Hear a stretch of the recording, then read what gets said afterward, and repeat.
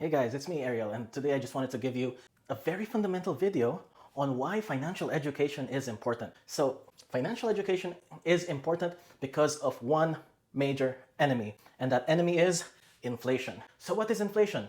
In a simplistic sense, it is your cart of groceries. You know how a $30 cart of groceries before it ended up costing $60 after some time, and now today it's $100? That's inflation. Why back 30 years ago that $100,000 house 15 years ago became 250,000 and now it costs 500,000? That's inflation. That's the government printing a lot of money. Money supply grows as the number of goods and services grows as well, but not as fast as the money supply growing. So that's the reason why it's ever so important for us to be literate in the terms of investing and in the language of money. So how do we fight this? It is by increasing our financial education. Going over this, most people have this poor money mindset or starting. That's fine if you can relate to this today, but you don't have to stay here forever. What is a poor money mindset and what is it in the future? So now, if you have this poor money mindset, you have a job, active income, that's your only source of income, and it pays all your expenses, and that's it. And you save nothing, zero, not a dime more. So what happens in the future? Because of inflation, your expenses typically keep on going up while your active income stays stagnant. Your income does not go up as fast as the cost of goods go up. So that's why majority of people feel the squeeze financially nowadays. The middle class mindset, on the other hand, you have a little bit more disposable income. So this is your active income. So a portion of this you take off the top to invest, maybe in your company pension plan or a mutual fund. And then the rest, since you have a high income, aside from your needs, you're able to take on a little bit of debt. Let's say a car loan, a nice home mortgage.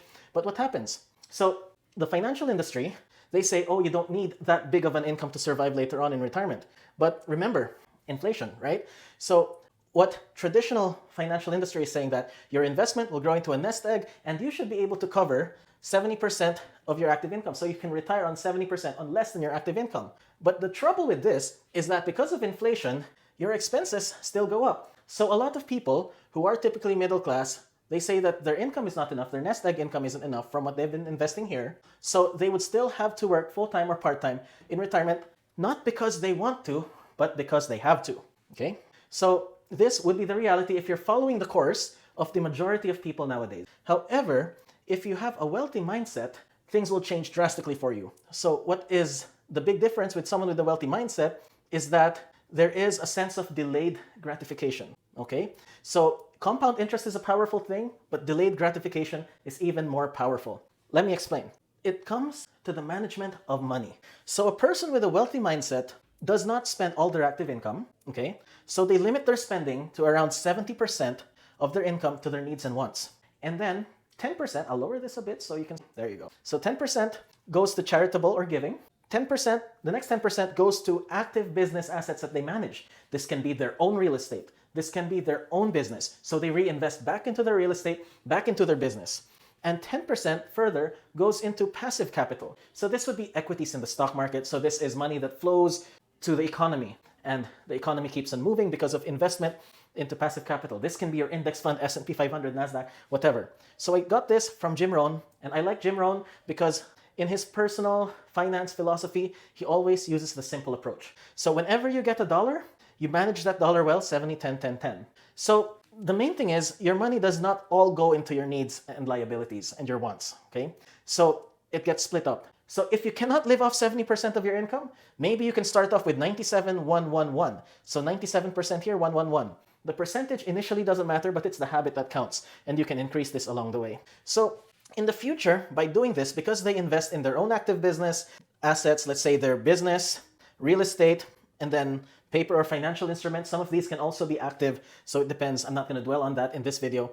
But in the future, the wealthy mindset, because of delayed gratification, because they're not spending everything they make, now they're building their asset income. So this is now their cash flow. So they're building their cash flow so that later on this cash flow is more than enough to pay for their needs and wants. So you notice here, because their asset income is greater than their needs, the active income or their work or active business, this now becomes optional. And this is the key. And when your work becomes optional because your asset income is more than enough to cover your needs, this is when you have your freedom.